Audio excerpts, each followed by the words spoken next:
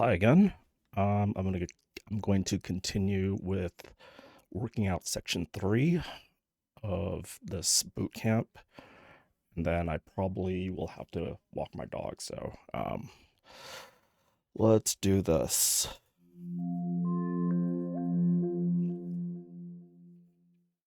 Hi everyone, and welcome to this lecture on tuples, or tuples as some people like to call them. And in Python, tuples are very Tuples similar sounds to better. lists. However, they have one key difference, and that is they have immutability. So they're immutable, meaning they cannot be changed. And that comes from the term mutation, so they cannot be mutated or changed. And that basically means once an element is assigned to an index position inside a tuple, you can't grab that element and then reassign it to something else like you could with a list. And the way you construct tuples is very similar to a list, except instead of using square braces, you use parentheses. Let's explore tuples a little more in a Jupyter notebook. Alright, so let's get started. Hopefully you'll have quite an intuition as far as how to use tuples based on what you've learned about lists. We're going to create a tuple called t. We'll say t is equal to, and then in parentheses we'll write 1, 2, 3. And I'm also going to create my list, which is going to be very similar. We'll say 1, 2, 3, but notice it's square braces, so it's a list. And you can always confirm this using the built-in type function. So if I say type t, it returns back that it's a tuple. And if I ask type my list, it returns back that it's a list. Okay, so you can check the length of a tuple just like you could with a list. So length of t is 3 because there's 3 elements in that list, 1, 2, and 3. And just like a list, it's also fine to mix object types. So we can have a string inside of a tuple along with a number. That has no problems there. And also, just like a list, you can use slicing and indexing. So let's say I wanted to grab that string 1. I could just say, give me what's at index 0, 1 there. I can then also do -1, and I have 2 as a return because it's the last item in that tuple. So far, very similar to a list. There's also two basic built-in methods for tuples, and that is the index method and the count method. Let me show you an example of that. We're going to say t is a tuple with a, a, b. And let's imagine we wanted to count how many times the letter A shows up in this tuple. I can say t, and then if you hit tab here, you should see the two options you have, either count or index. So right away, you'll notice that there's way less methods available for tuples than there are for lists. So we're going to say t.count, and then we'll pass in a, and it returns back how many times a occurs in that tuple. And then what you can also do is say t.index of a, and this returns back the very first time this appears in your tuple. So notice that if it appears more than once, it'll only return back the index location that it appears at first. And if we do the same thing for b, the very first time a b occurs is at index 2. So if we take a look at t, it's right here, AAB. Later on, we'll learn how to use control flow logic like for loops to grab all the index locations of repeated elements. And finally, let's get to really what makes a tuple different, and that's the immutability. And I really can't stress enough that this is what makes a tuple different than a list. So let's check out our tuple right now, and let's also check out that list we created, my list. Let's reassign the first element of my list to be the string new. So right now, my list has no problems with that. It says, okay, I'll reassign the first element to be new. If I try to do the same thing with the tuple, and I say new here, it's going to say type error, tuple object does not support item assignment. And that's basically what makes a tuple different than a list. Now I'm sure you're wondering, well, why would I even bother using tuples when they have fewer available methods and they don't have the flexibility of a list? And to be honest, as you're beginning to program, you're not going to be using tuples that often. It's only as you become more comfortable with Python and become a more advanced programmer that you'll begin to see the benefit of tuples. And what you're going to be using tuples for mainly is when you're passing around objects in your program and you need to make sure that they don't accidentally get changed. And that's when the tuple really becomes a great solution. So it provides a very convenient source of what's known as data integrity. The fact that we can't do reassignments like this by accident, we'll get an error instead, is going to be really useful when you want to make sure that elements don't get flipped or reassigned later on in larger pieces of code. So kind of keep this in your toolkit, and later on I'm sure we'll be pulling out the tuple again so we can use it and really let it shine. For now, just remember that it has immutability and it looks really similar to a list except we use parentheses instead of square brackets. Okay, That's it for tuples for now. Up next, we're going to show you how to do basic file input and output. We'll see you there.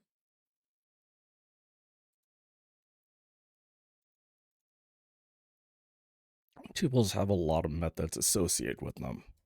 I think there was only two, right? Yeah, there's only two, so false.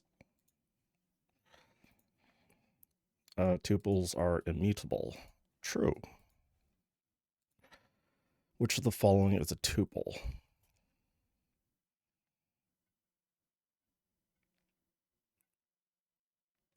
This one.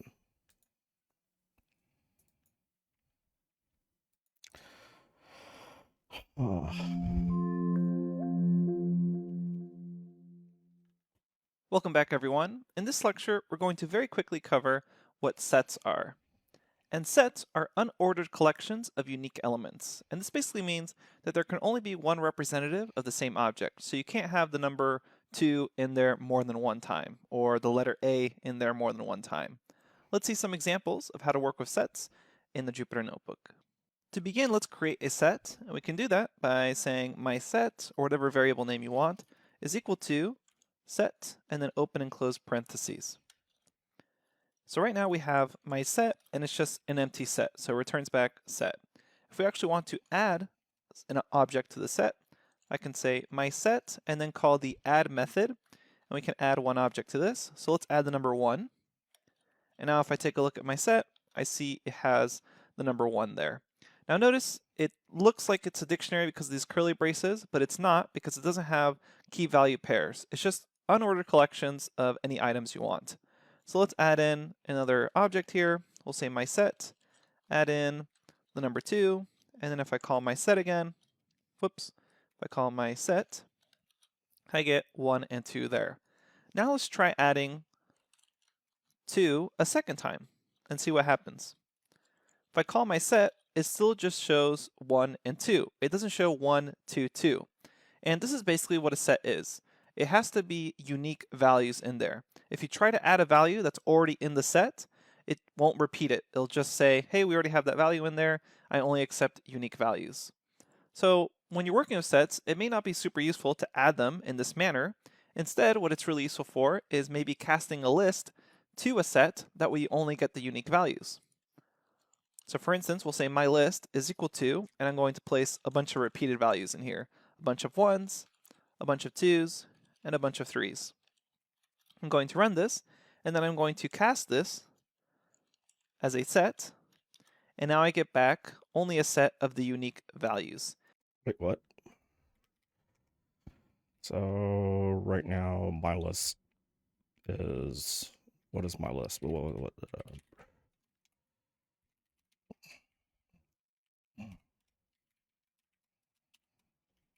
yep. Okay, so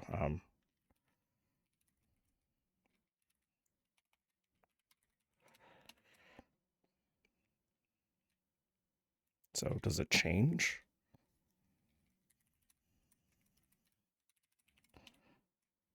Oops.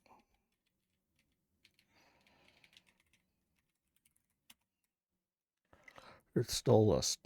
Keep in mind, sets don't technically have an order to them. Since we're dealing with very small sets here of just a few items, it looks like they have an order, but in reality, sets don't have any particular order to go in. For now, that's all you need to know about sets. We won't really touch upon this object or data type again until much later in the course. Since we're just beginning, it won't be very useful to us now, but later on we'll be able to see different use cases for it. Again, remember just that sets are unordered collections of unique elements. Thanks, and we'll see you at the next lecture where we discuss booleans.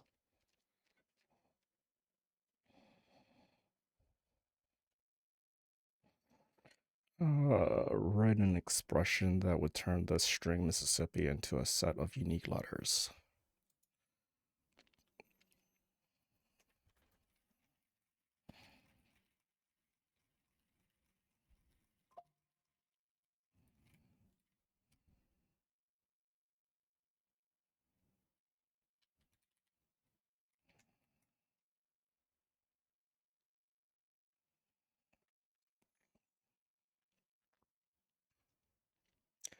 I mean, this is one way, but can't I do it the other way as well?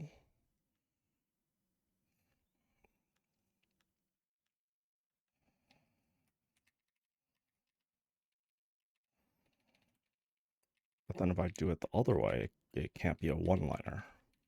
So it has to be this way.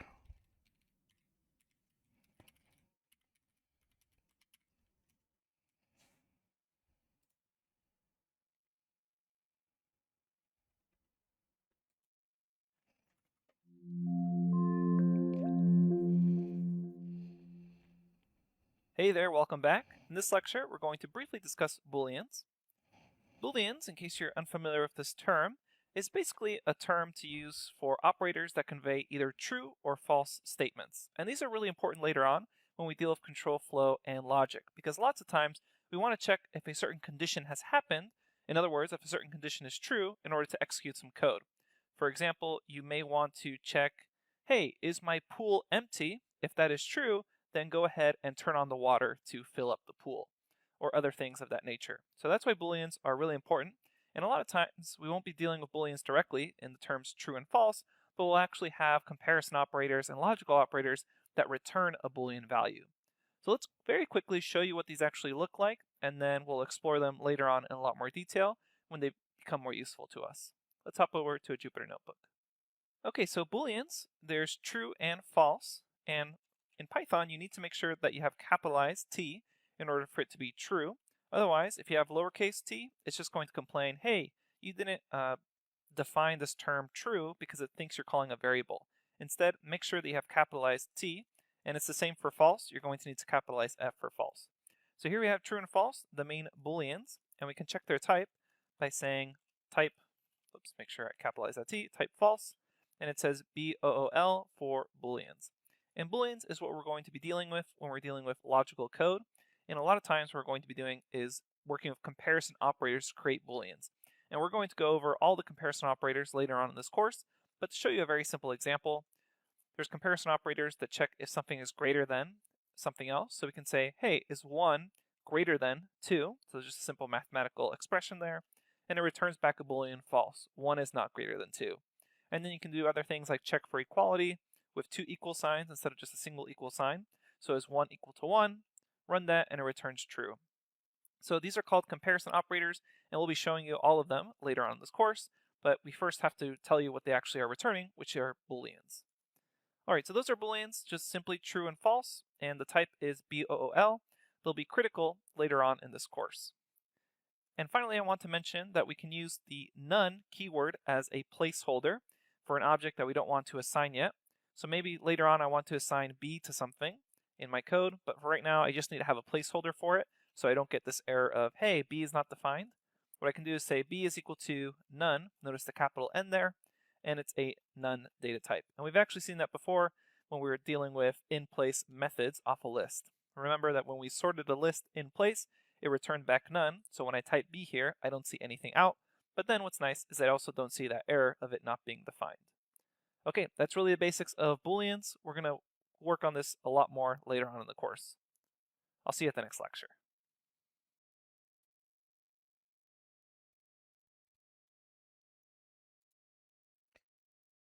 All right. Is this a set? I forget how to define set. It looks like a set. True. How do you add an element to a set? Add, right? Yeah, add.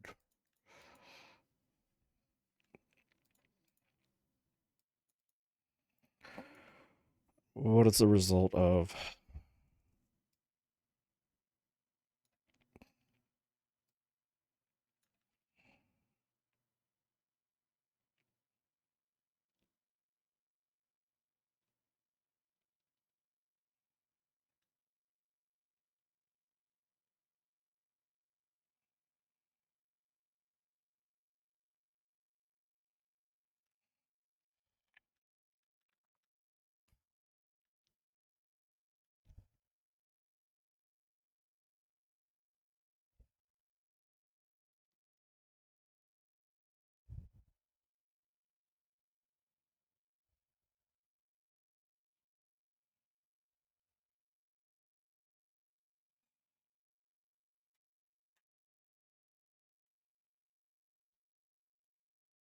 1, 2, 3, but it would return it as a set.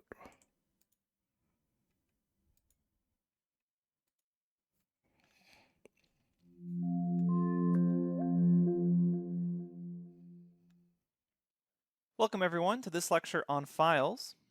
And before we finish off this section of the course, we already learned about all the basic data types.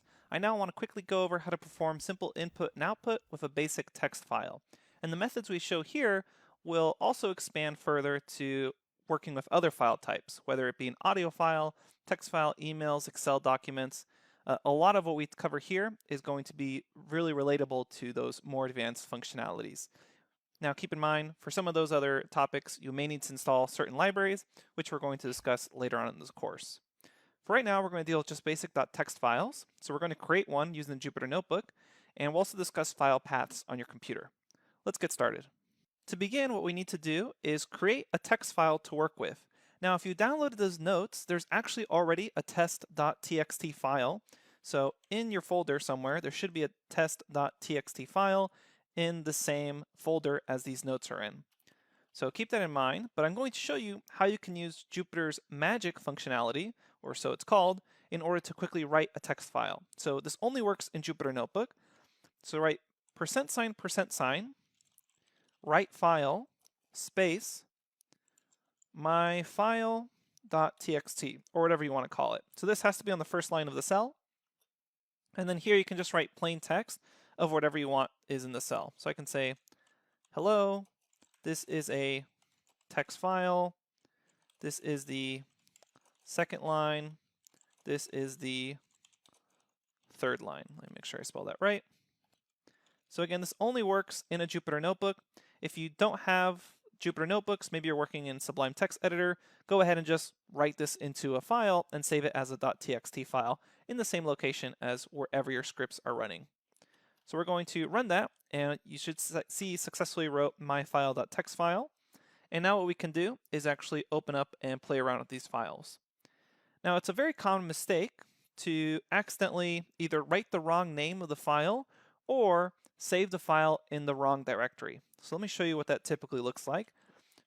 We'll say my file is equal to, and we use the open function. And in this case, I know my file.txt is there because I can just write my file.txt, and we need to write this as a string. So write that, and then we'll get no error because it happens to be there. If I ask for a file that is not there, we'll say my file is equal to open, and we'll say whoops, wrong txt. So I definitely know there's no file there. If I run this, we'll get a file not found error. So this is a really common error. It's called error number 2.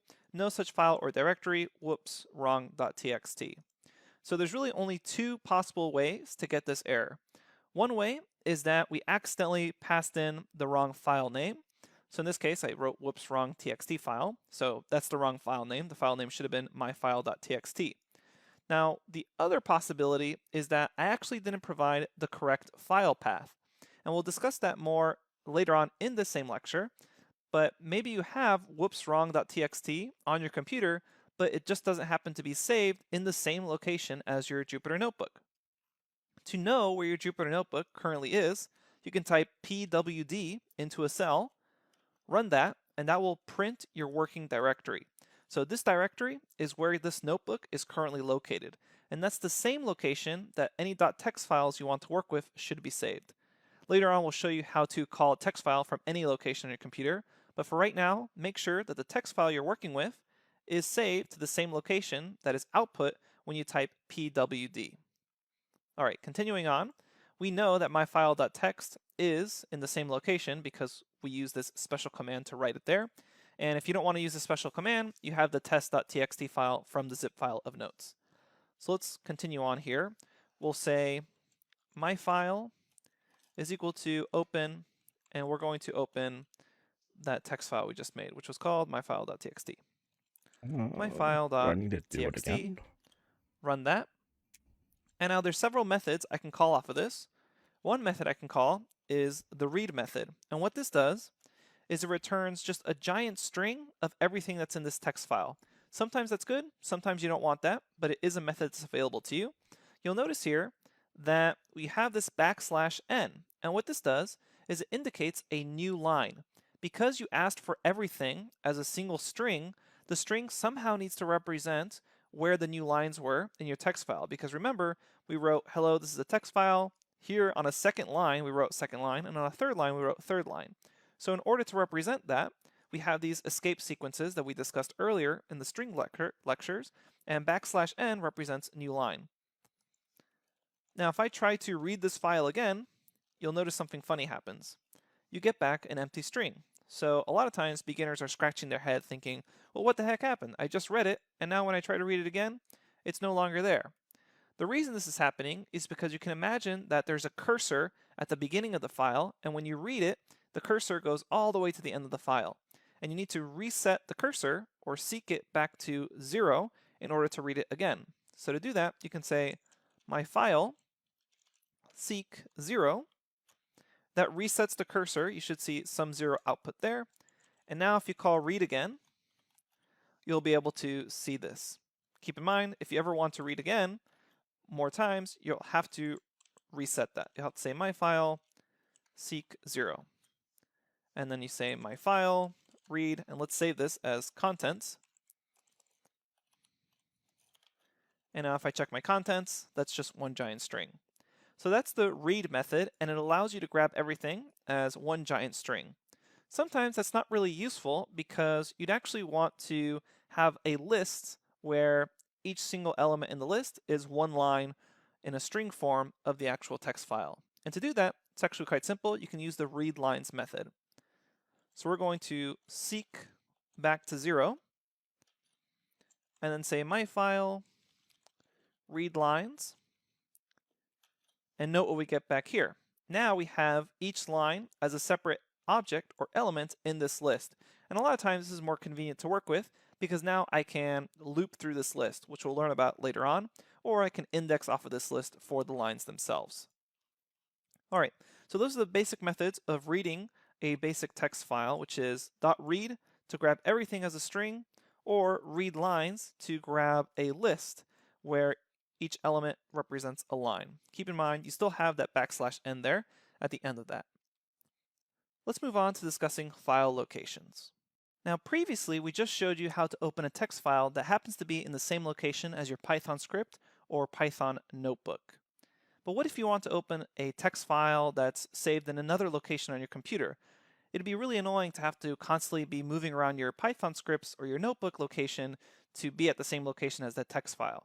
So to open a text file that's at any location on your computer, all you need to do is provide the full file path. Keep in mind, however, the syntax for a file path is slightly different depending if you're on Windows or if you're on macOS or Linux. So for Windows, the typical file path is going to look something like this. You'll say C, colon, and then note that we have the double backslash, and this basically is an escape character so that Python doesn't confuse this first backslash as an escape character. Because imagine if your username had a lowercase n, you don't want Python suddenly thinking you mean new line. So that's why we have double backslashes here.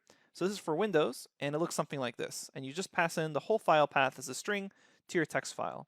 If you're on macOS or Linux, it looks a little different. You have forward slashes here, and it goes users, your username, whatever folder, and then to the text file.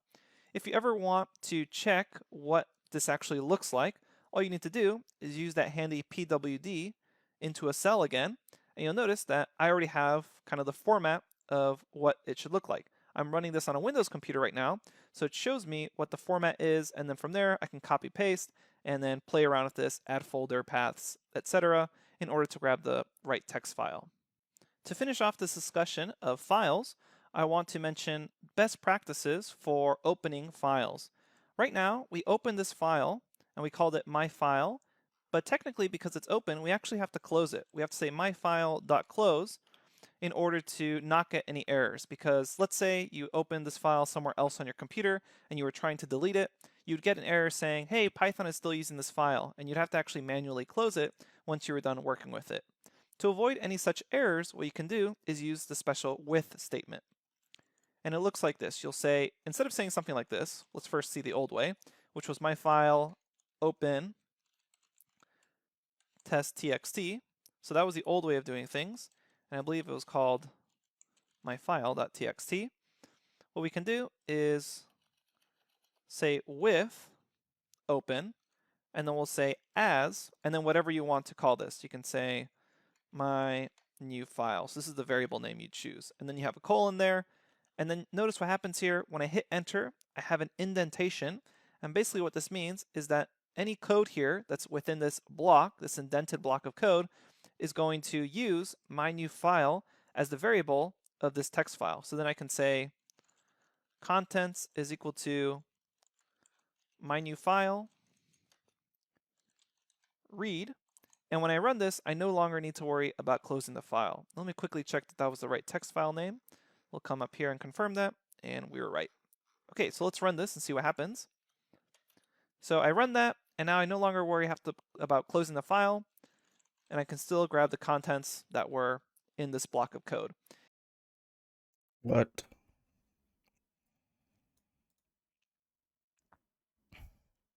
Oh, supposed to use the new variable name.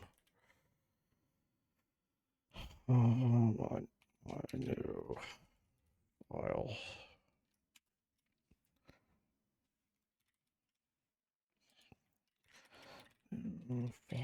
File.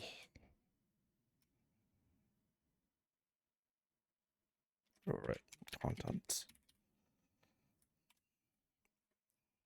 And we're going to get used to this idea of these indented block of codes a lot more in the next section of the course. Okay, let's finish off this discussion by talking about reading and writing to a file.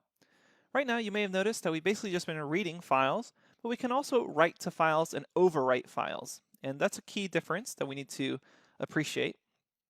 So we're going to say with open, and I'm going to say with open my file.txt, comma, and what I'm going to do here is right with my cursor right next to open, I'm going to do shift tab.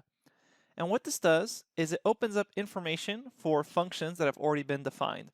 So later on we're going to define our own functions, but you'll notice open is a built-in function. So you can see here some documentation, and this is why I love using the Jupyter Notebook for teaching Python, because just with the term shift tab right next to the function, you get all this really useful information. You can have plus here to see even more stuff. So you basically have the documentation right here in your notebook without needing to go online. All right, so notice here there's a mode, and it's set by default equal to R. So we're going to copy this and paste it right here. Say mode is equal to R, and then say as my file content is equal to my file read. So when I run this, there's no problem. I see the contents, and there it is.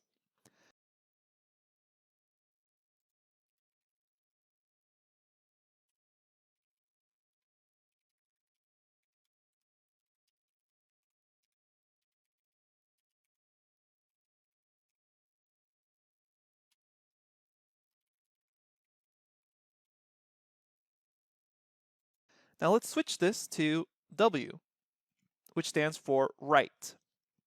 If I try running this cell again, it will say, hey, unsupported operation, not readable. And that's because depending on what mode you choose for opening your files, you may only choose to write to a file instead of being able to read to a file. And this is basically known as permissions. Sometimes you're going to want certain scripts to only have permissions to write to a file or only have permissions to read to a file. And sometimes you want them to have both. So what we can do here is the following options. We can use R for read or W for write, and this will overwrite files. Or we can use A to append to files, and append is basically just adding more lines to the end of a text file. Okay, so let's take a little bit of time to discuss the reading, writing, and appending modes. So we just showed you that you can edit that mode. Let's discuss all of them very quickly one more time. If you set mode is equal to R, that's read only. If you set mode equal to W, that's write only. So this will overwrite files that already exist. Or if you try to open a file that doesn't exist already and you open it with mode W, it'll actually create a new file, and we'll see that in just a second. And then mode A is to append only, and this adds on to files. R plus is for reading and writing, and then W plus is opening a file for both writing and reading, and that again will overwrite the existing file if the file exists. If the file does not exist, it creates a new file for reading and writing. So to play around with these, let's create a new file, and I'll do this from the Jupyter Notebook. You can do this from any text editor as well, but I'm going to write my new file.txt, 1 on first, 2 on second, 3 on third. I'm going to run that to confirm that I've just created my new file.txt. In this case, I overwrote it because I'd run this more than once. But let's do the following. We'll say with open, and we'll say my new file. And you should be able to actually tab autocomplete this. So my new file.txt, mode, we'll say read only, as f, and then I'm going to print f.read. And there I can see 1 on first, 2 on second, 3 on third. So that's the read mode, which is quite useful for reading. Let's say I wanted to add a new line to this. I could say with open,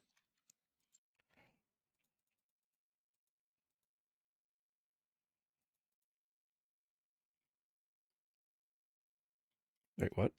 How come nothing came out? Um,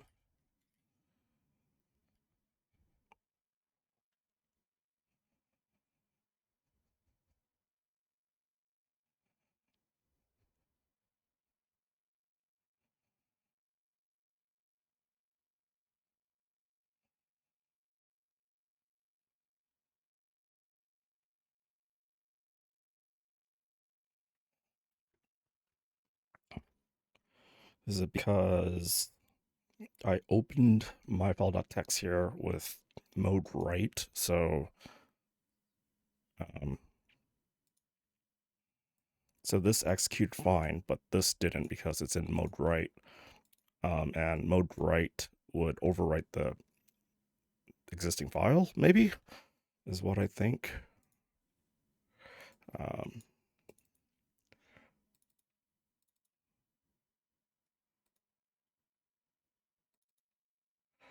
yeah, yeah, that's what happened. my new file.txt, I will say mode is equal to, and in this case, I'm going to say A because I want to append a new line to this. We'll say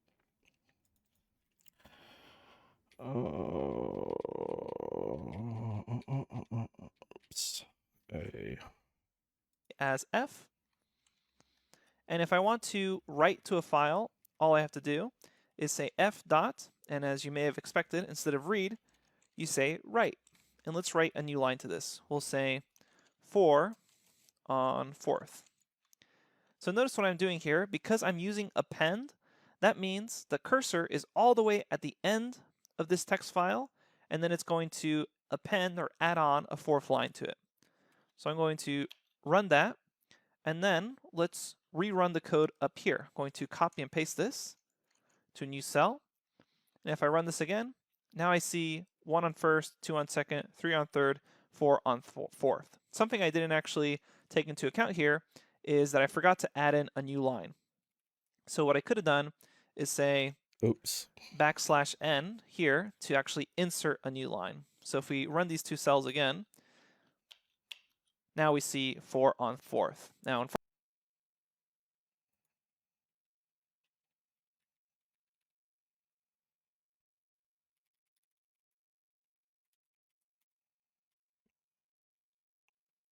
unfortunately, I still have this 4 on fourth here, so I'm going to reset everything by coming back up here and overwriting that file one more time. So let's run these again, run this cell again, and then run this cell again. And now I can see 1 on first, 2 on second, 3 on third, 4 on fourth. So that's the difference between reading and appending. Now let's explore W for writing. I can say with open, and here I'm just going to make up a bunch of letters, .txt, and I'll say mode is equal to W. And remember, with this W mode, it's going to overwrite an existing file, or if the file doesn't exist, it will actually create it. So we can make up a name there, say as F, and then say F write. I created this file. Run that, and there's no error. It's because even though this text file doesn't exist, Since we opened it with mode W, Python went ahead and created that text file for us. If we had tried to do the same thing with a different mode, such as just R or just A, we would have gotten an error there. So then we'll go ahead and read this file. We'll say with open DHF, and I really encourage you now just to do tab autocomplete so you don't have to memorize all that. We'll say mode is equal to read as f, and let's print out f.read. And there we can see I created this file. So those are the basics ideas of opening files in either append mode, write mode, or read mode. And you can see Oh, a lot more examples of this in your notebook that goes along with this lecture. Okay, thanks everyone, and I'll see you at the next lecture where we actually begin testing you on a lot of the topics that we discussed here. all right.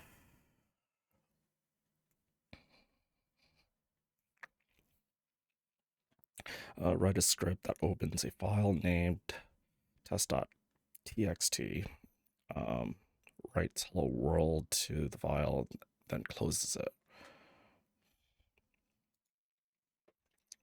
And I don't have to do this on a single line, so that's nice.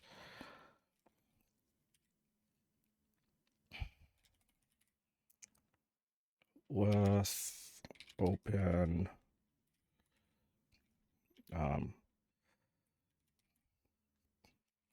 test.txt mode equals right.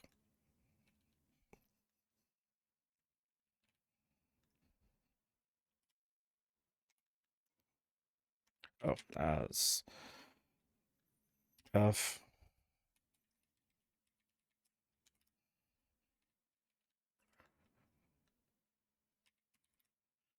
colon and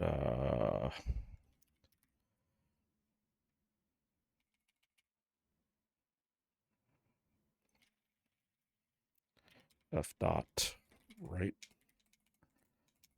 or f dot, yeah, right. How come it's not registering?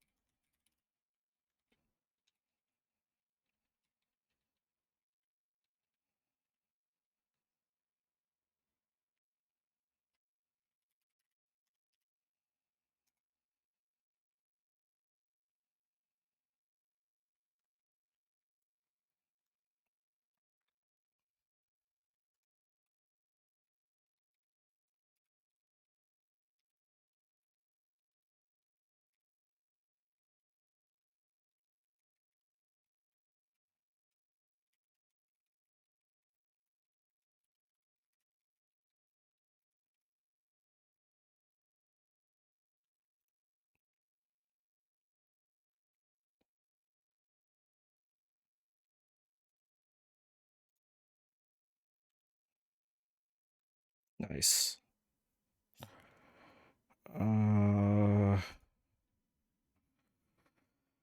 Resources for more basic practice.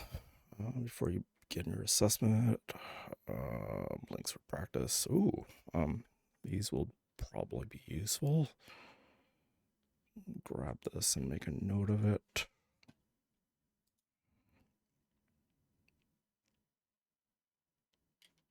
Can I just like write that there? Cool.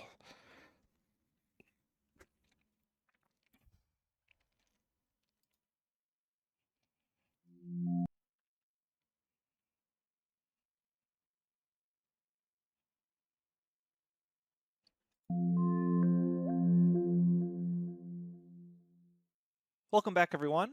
Now that we've gone over the basics about objects and data structures in Python, we're going to have an assessment test to quickly check your understanding. So we're going to do a quick overview of your first test in this lecture, And as a reminder, you can download all the notebooks that go along with this course from GitHub or as a zip file from the course overview lecture. So check out those first couple of lectures. We explain how to get all the information, all the notebooks there.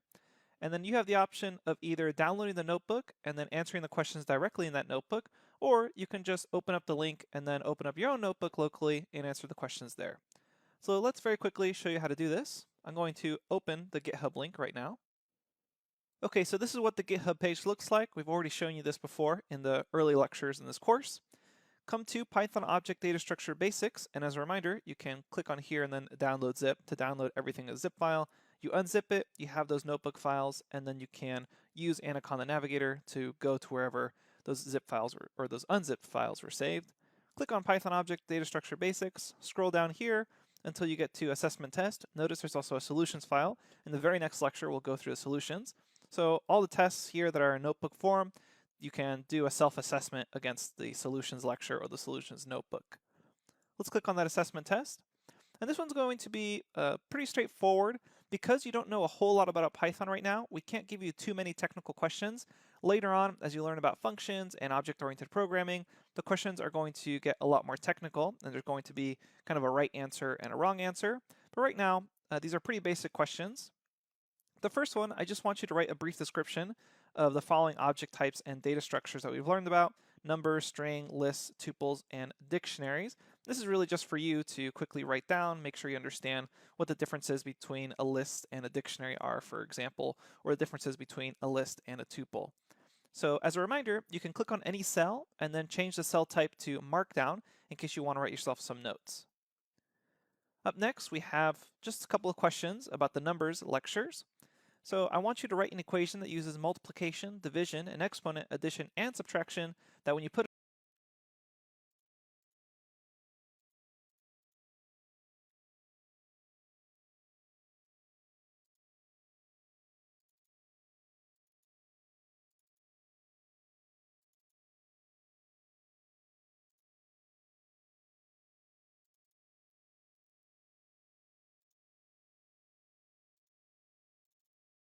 Oops. I don't want to open this. I want to open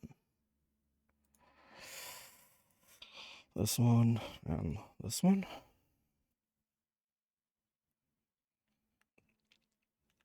it all together is equal to 100.25. So this is just to make sure that you remember all these arithmetic signs. Should be pretty straightforward. And this is just to test your memory. Again, you can just work backwards from 100.25 to actually grab the numbers. That makes that work. Then I want you to answer these three questions without typing any code, and then use code to check your answer.